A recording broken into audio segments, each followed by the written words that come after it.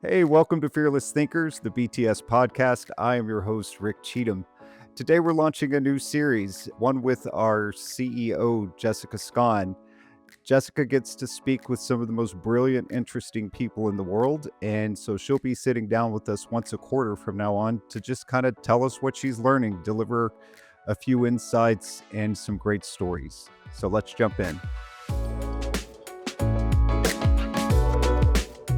Hey, Jess, it's so great to have you join us today.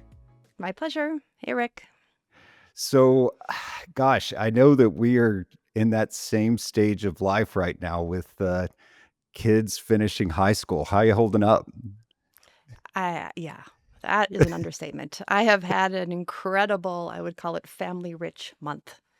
I'm feeling the pulse of life, as one says. It's not only that we have a joint family, so I have two stepchildren, two other children. It's not only that child number three just graduated from high school, but child number two got engaged in the same month. And Oh, my wow. amazing grandmother, who we refer to as the Lighthouse of Love, made it to 100 in January and passed away. And we had her celebration of life in the same month. So we went from an amazing celebration of life, an amazing woman, to an engagement, to a graduation from high school. And I'm feeling it, but I feel very blessed. Life is rich and love is abound.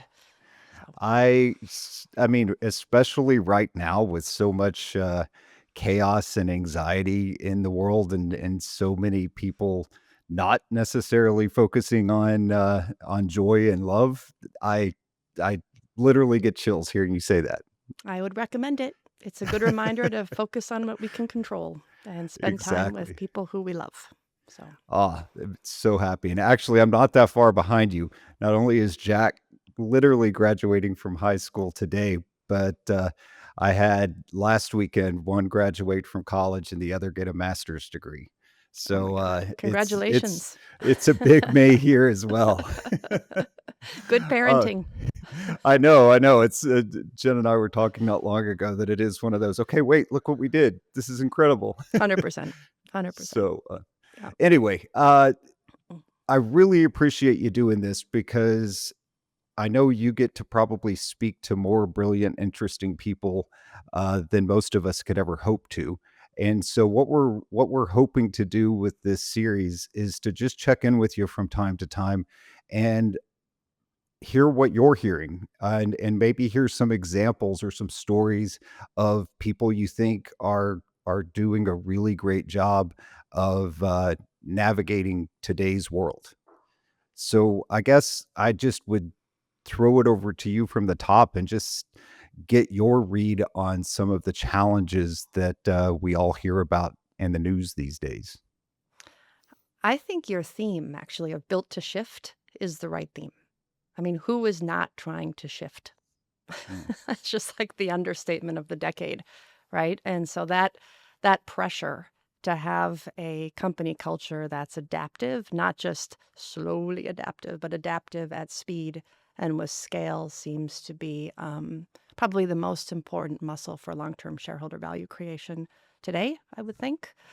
And you combine that with an absolute historic, incredible force with AI, right? And what's the opportunity and the threat that that poses to people's roles, jobs, and companies is immense, right? And obviously, the companies who are the most innovative and can pivot and shift have the better chance of using AI to their advantage and staying competitive. So I think that challenge of being open and reinventing org structures and how work gets done and thinking differently about one's portfolio is super top of mind, of course, across all industries.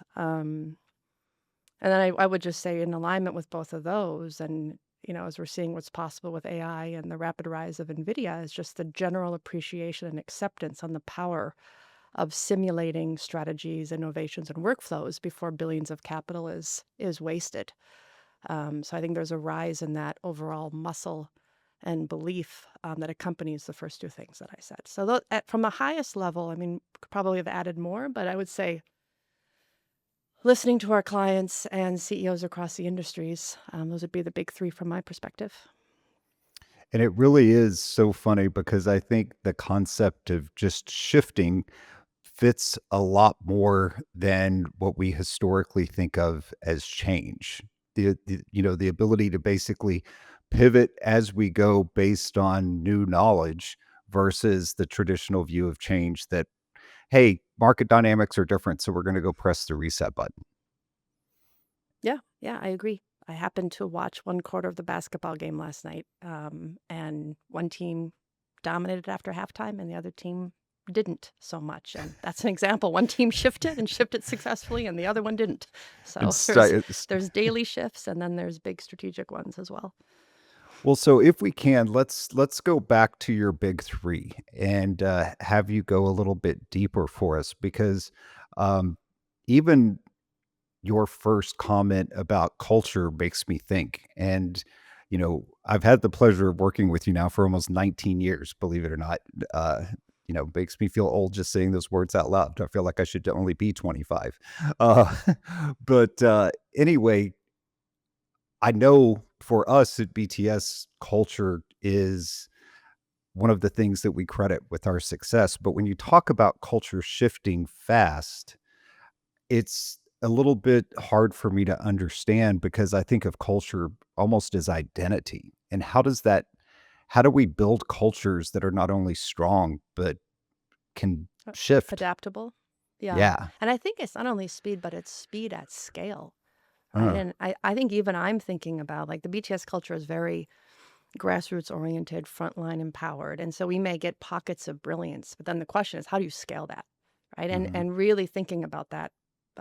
Anyways, going back to answering your question, if I think more from what we're seeing from our clients and across industries, one particular standout company is a global software company. They have about 45,000 people on the go-to-market side of their business. And the way their CEO runs the company and kind of their overall operational cadence is they tend to shift what they want their sellers to talk to customers about on a quarterly basis.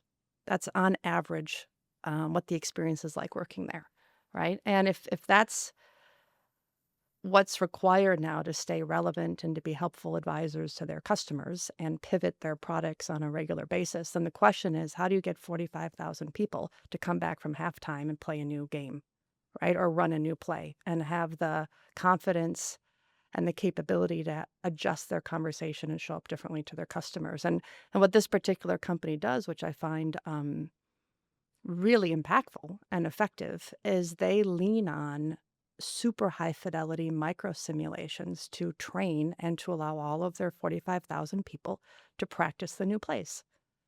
And some of them they practice by themselves, some of them they practice together as a sales team that calls on the customers, but they want to ensure that they give people the chance, right, to immerse themselves in what that conversation is going to sound like, or what the proposal is going to look like, or what the new deal contract is going to be structured as, and practice multiple times so they get over the hump from sucking the first time to being a little bit better to then being so confident that in the moment with the customer, you can just be yourself, right? But show up and lead them in a new way. And I honestly can't think of a more powerful, practical way to ask 45,000 people to feel prepared to show up differently than doing that. It's very basic, right? It's very basic in its concept, but it's unusual in accepting that as an important step in how you get people to change. Well, and it's funny because you almost said it as a throwaway comment, but when you said, "And it allows them to show up and be themselves in front of their customer," because I think that's really where a lot of that cultural element comes in, because they're doing something different. They're shifting to a new way of potentially customer engagement, but because they have the background, they're able to show up the way that the company wants to represent them, and the company wants to be represented in the way they want to represent themselves. Yes, and it's impossible to ask people to try something new and be confident and show up authentic without giving them the chance to prepare and practice it. No other organization on the planet would do that. So why would companies do that with their people? Thinking about other important ingredients for adaptive cultures at scale. I mean, one thing that comes to mind is a culture that in a company and leaders that are comfortable with transparency, that fight the natural tendency to only share information with the top of the house and then hope and wonder if it trickles down. I can think of another, it happens to be another tech company, but when they were shifting to have product releases much more quickly, right? They realized that they needed to do open mic during their product debate sessions or when they were talking through which priorities should we prioritize now or in the long run. And by opening it up to the entire organization, what that did is it provided shared context. And the importance of shared context meant that when the market told them that priority number 30 had to become number one and priority number two had to drop to number 50, that the egos of the teams involved in that work didn't take it personally, that they understood because they had the full context when the priorities were set, and now they're involved in the context of how the market has shifted. So, and if you can do that for people, there's a much better chance that they will release talent and they will accept talent overnight because they know in another month or in another quarter or another 6 months it's going to change again. And I just think cultures that are comfortable flattening hierarchies, sharing as much as they can, making sure that the language is non-corporate speak, not strategy speak, is a form of inclusion. And that shared context, people will move. They'll pivot if they understand why, right? Um, Another cool one that I learned recently that I'm going to use inside of BTS is you can't really have an adaptive culture unless the culture and the employees in it love the red. And I learned from a CEO of a CPG company about 6 months ago that in her meetings, they cut the watermelon. It's just Okay. so great. So the watermelon, unless you cut it, only shows green. So in every meeting, she wants to talk about the red. So it's cut the watermelon meetings. And there are some times when you're having a meeting and the data shows all green. And if that's the Mhm. case, she knows they're not pushing hard enough. They're getting a little bit lazy, taking things for granted. Life's getting easy, right? In other meetings, if you're showing only green, probably the bad news is being hidden somewhere. So every meeting is about cutting the watermelon. And when you do that, then everyone can lean in and help each other on turning the red into the green. And that means that you get movement and inspiration and energy around the bad, right? And I think without a cut the watermelon culture, perfectionism and fear creeps in, and that is the antithesis of speed and adaptability. Yeah, and Um, oh, yeah, sorry. go ahead. No, go ahead. I was just I was just gonna say, I think that more traditional view of the way we move fast is to put a couple of executives in a windowless conference room and have them determine for all what is happening. That could possibly be a little quicker from a decision-making process, but I'm assuming that what you're finding in these conversations and even what you just described, the implementation takes 4 times as long. And so by having people connected and involved, speed and productivity happens faster. By not having people spending potentially days making things pretty for internal meetings, trying to bury the bad news, makes you better, smarter, faster. Am I getting it? Totally. I'll never forget. I talked to a 20-year veteran in the tech industry in one of the biggest global software companies. And he described finally realizing what it meant to be an EVP in his company and how different it was and what he thought it was for a long time. And I'll share how he described it because it's exactly what you just said. He said, for the last 19 years as an EVP, I would watch the market evolve, hear data points from the team, and know that in the fall I would get together with my peers and we would set the priorities for the next year. Small group of us in a windowless room, although they're pretty rich, so it's probably really nice on some mountaintop. But anyways, and then they would allocate the actions and then the troops would march. And he said, now what I realize my job is to create the culture and the environment so that those closest to the customer can pivot real time based on what the market is telling those people. Mhm. And he had to really think long and hard about if that's the culture that he was responsible for creating, what does that mean for him in his role? And the biggest change for him personally was it meant that it would be impossible to be able to be the person in the meetings who had the answer. And getting personally comfortable that he could still have a leadership legacy and respect from the team without being the smartest person in the room. And as soon as he got comfortable with that reality for himself, it was a huge relief, a huge relief. So then all it was is about setting big picture intent. And as soon as frontline sellers or engineers or product developers had an insight that meant they should pivot, creating the comms and the teaming to be able to pivot quickly and back it up and continue to take share.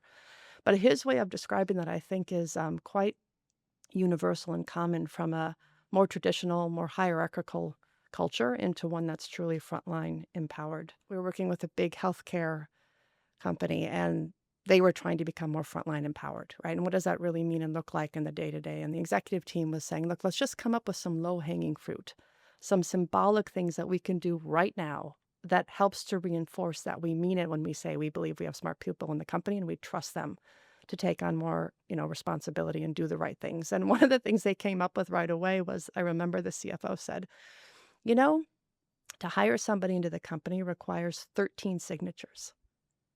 How about if we just cut that right now to one, to the person who has the open rec? And they all looked at each other like, well, could we do that? And he's like, well, who would do it if we can't do it? So all of a sudden, a memo went out the next day, and that was the first symbolic thing they did. Didn't cost anybody anything, but certainly sent a message that they're serious about the cultural shift that they're trying to drive. I think coming up with those really practical, easy things to do is the responsibility of leaders, at all level, and then actually getting them done and making it happen. Well, it's funny because when you start talking about frontline empowerment and how that can really, really change the trajectory of an organization, I started to think about your second point around reinventing how work gets done. And, whether it's a downturn or whether it's a major shift in ways of working, I think traditionally most people try to take power decision making away from the front line and consolidate it down to few when we're trying to really shift or we're trying to make something happen. So this really kind of flies in the face of that traditional thinking. Yeah, that traditional thinking hurts my soul because who would want to work with a leader who thought would feel like that's the best thing to do? Right. Even the military shifted to an agile culture and operating model. So if they can do it, probably so can companies. Um, but yes, the varying corporate culture's response to how much freedom should we give our people when it comes to tinkering with the large language models and AI in general? I think you can probably see the full swing. And actually, Mm, for that one, why don't I just reflect on the BTS journey, the last that'd two, be two and a great. half years since OpenAI was born? I'll never forget one of our partners when this all became a thing, right? Was advocating very strongly. He's like, please, Jess, please, please, for once, can BTS let go of our decentralized, democratized grassroots culture, which was very difficult to get any one thing done. And let's go central on this. And I was thinking, he might be right. This could be the time to do that. But what problem are we solving? What is it that we would be driving centrally? And he's like, "Well, I don't know yet." I'm like, "Yeah, I don't either. No one does." Until we know the problem that we're gonna solve and have a big central push behind it, we're gonna go grassroots, and we're gonna let Mm, the people figure out how powerful are these tools? How relevant is it for their role inside of BTS? How cool is it from a portfolio of services perspective do they wanna bring to their clients? We don't have the answers. I certainly don't have the answer. And you, Mr. BTS partner, also do not have the answer right now. So if we don't know where we're going, why would we do a top down approach? So, step one of what we did was grassroots tinkering. I chose not to proactively provide licenses to everybody in the company. I thought that might be wasteful. It could have been a wrong decision looking back now, but I think it worked out okay. What we did instead is we said when somebody or a team wants to have a license, they get it. And in that dialogue, they can explain why they want to tinker with it, what they're excited about it, what ways of working they think they're going to apply it to. So there at least was a dialogue, and we were getting smarter about why the people were using it and what their hypotheses were. So we did the first 12 or 18 months with just global tinkering. Out of 24 offices, 18 months in, only two had 100% of their team members using AI. And we had, I think, nearly all of our practices, except maybe one, who are also tinkering with it and finding both unbelievable productivity gains and also plenty of stories of, oh, this large language model is not good at math. We can't use it for our simulation. So we were hearing both stories of super productive and bad. But what I would say is there was a general uplift in joy in the work. And for the first time in my life, hearing people say my work is more fun because of software was a first. So we should just kind of honor that and chuckle at that reality, because every other software has been like a root canal in terms of getting it implemented and used. Um, but after about 18 months, and this is a little bit embarrassing, that our best guess as a leadership team, based on what we were seeing from the global team, is that we would get a 1% productivity improvement across the system. In fact, I Mm, believe that as recent as last November. Fast forward now to May, and I believe fully, because of data and what we did for phase two, that that is a gross underestimate. Right sure. now, the consultants are saying on average it will be a 10% improvement, which is enormous. If that is true, it is a historic moment for BTS, because it means we can grow with essentially the same headcount. And in some of our other operational roles, the productivity gains are even significantly more. But the thing I'll share, that what was important after grassroots tinkering, right, for about 18 months, was how do we actually globally drive adoption now? We have enough wins. We've written over 100 prompts. The team is embedding it into their client work. So how do you get the other 80 or 70% of the company to get to the same place that the early adopters were? And this is a question that I hear every CEO questioning right now and trying to figure out, what is phase two? What we're learning so far is that it is not enough to just do additional training and send nudges. That what the teams want and need is two things. Number one is an AI super user who is basically an on call coach advisor who can help them write the more extreme prompts and just get used to using these new tools in their work. And if you have an AI super user who can be involved in project kickoffs and be on call or on demand for the teams, the quick adoption is like it's overnight. It's within a week or two of the teams. The other thing I would say that is a key success factor for the offices who got full adoption was just the leaders who lead from the front, that aren't afraid of it, that dive in and aren't afraid to be vulnerable and have it be messy and learn from anybody in the office and add into their office meetings. What did you try? What didn't work and what worked? So that's where we are in our journey. And I would say for us, the last 6 to 8 months is a different degree of both internal productivity from what the teams are telling us and really cool tech, I would say, next level options for us across our simulation portfolio. That's great, and it's funny because I can tell you as one who, has probably become a super user over the last year or so, it has been great to just be able to try to figure it out, and I can tell you as someone who has tried to get wide adoption of a software platform that wasn't done in this way, it was hellish. So, firsthand lived experience. Well, if we Totally. can, then let's go ahead and pivot to your third one, and that is, uh, how do we use simulations and modeling to pressure test strategy before we invest? And what is that looking like now versus what it's looked like in the past? Yeah, I think from the BTS experience of partnering with our clients, we're seeing growth in two areas. One is using our simulation and modeling capabilities earlier in the strategic planning process and during the strategic planning process. The other one is actually a realization around ways of work and the best way to prepare people to do that. So, on the first, from our experiences, if members of a company are going to spend time on the future growth of the firm, whether that's a new TAM that they want to explore or a different customer segment, or even just have a debate around what customers are valuing more and less and what the new economics of the firm might look like in the next few years.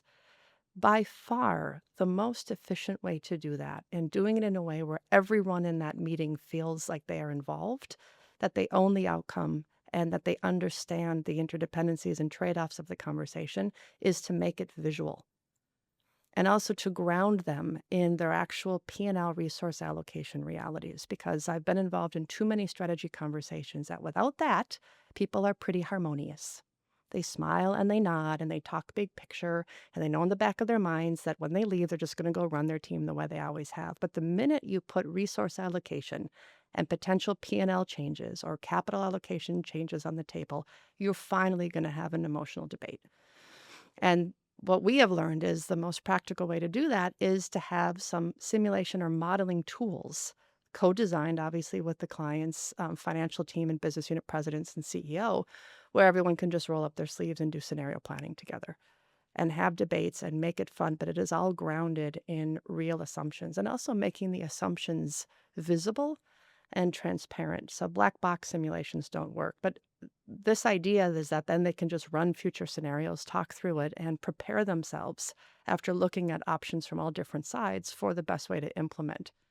I would say that's the other benefit of using modeling and simulations in strategy conversations is that they're so practical that it forces you to take the conversation into, well, then what's our first moves if we're going to do this, right? And that decreases the chance that you would leave with just a high level plan that then nobody knows how to implement.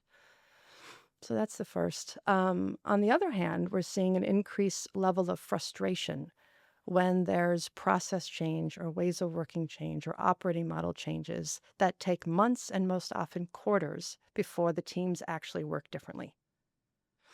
And in those cases, I can think of work we did with one of our energy clients. It was 18 months into a big consulting project and a big process redesign, and then frustration from the BU president that 600 teams were not changing how they work, that we had the chance to start to work with them. All we had to do was to codify and visualize for those 600 teams, together with the people that they reported to, what the actual new way of working should look and feel like on a day-to-day, week-to-week, and monthly basis. And once we had done that together with them, we turned it into a simulation, very visceral, that they could then practice working this way, running meetings differently, having different debates, making different decisions. It was 2 days of practice.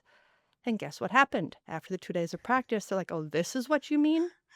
Yeah. So it was demystified, it was made clear, they changed, and I am not kidding you on this next part. Within 3 months of the new ways of working, the CEO of the energy company called our account manager and just said, my business unit president is telling me we're going to save $5 billion in capital over the next 3 years because finally people are working in this way. So again, it's not rocket science, but it's kind of a measure of respect and a realization that if you don't give people the chance to understand what the new play is, and live it and practice it, they're probably not going to change. Or you're probably going to get the 5% changing, and then it's going to take another 2 years for everyone else to finally figure it out. To jump on. Yeah, that's very interesting to me. I think, I often think about what happens in some of those boardrooms that I've been in myself, even before joining BTS, that it's like, The Lion, the Witch, and the Wardrobe. You pass through those doors, and all of a sudden, things that are possible or impossible in reality suddenly become possible.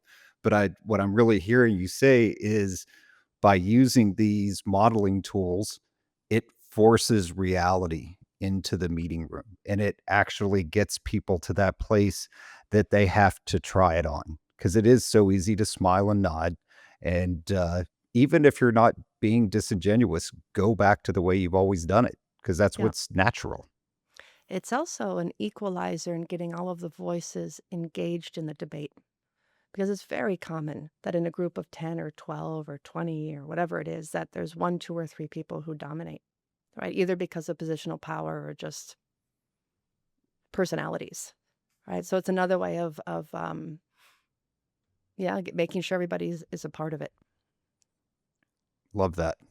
Absolutely love it, and, absolutely love the time that we got to spend with you today. Your stories are always fascinating, and, your insights are always appreciated, so thanks so much for joining. My pleasure. See you, Rick.